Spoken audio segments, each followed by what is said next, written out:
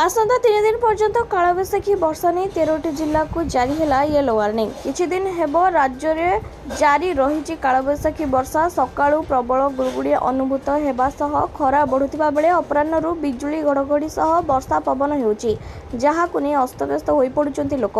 तेबे आसंता 3 दिन अर्थात 23 तारिख जाए कालबैशाखी वर्षार संभावना सूचना दैचंती आंचलिक पाणीपाग विज्ञान केन्द्र।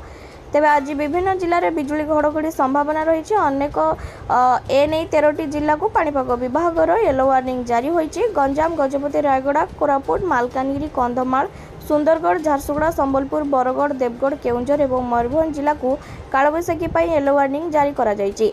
सेहिपरि बालेश्वर, भद्रक, जाजपुर, केन्द्रापड़ा, कटक, जगतसिंहपुर, पुरी, खोर्धा, नयागढ़, गंजाम और गजपति जिला को उष्म आर्द्रता येलो वार्निंग जारी करछंती पाणीपाग विभाग।